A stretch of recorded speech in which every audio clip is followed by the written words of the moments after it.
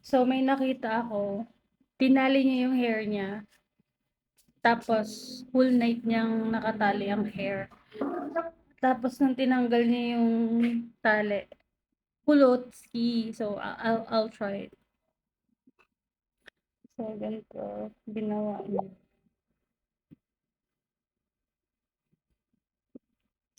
So, ganyan. Dapat nasa pinaka tuktok para pag humiga ka, hindi, ano, hindi ka maiilang kasi hindi ka maiilang. So, ayan, tali natin ganyan. So, nakita ko, ginanon niya. Yan. Tapos,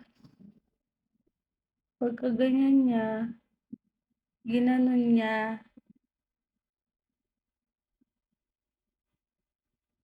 Ulit. Ay, siguro isa pa. Ayan. Ginayan niya. So, nakaganyan na yan. So, ngayon, ikot mo na to. Di ba, sinut? Pero ito, nakasteady lang to. Ikot mo siya. See! Siyang ganyan. Aray. Tapos, parang mali. Ulit. Ulit, wait lang. Okay, so, eto na. Ganyan. So, dapat yung tali nyo dito yung nauuso yung crunchy ba yun? Cruncher. Basta may sa first.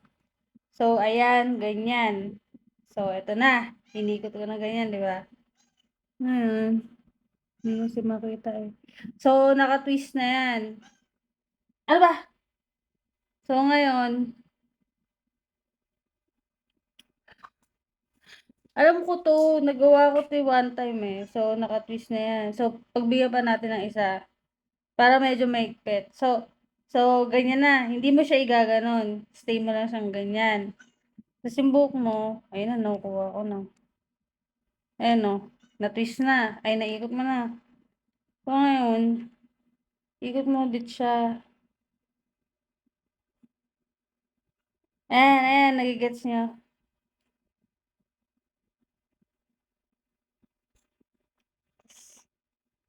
Ikot. I-shoot mo lang. Ayan. Tapos, dapat ano to eh. Yung ano nyo, yung tali nyo, dapat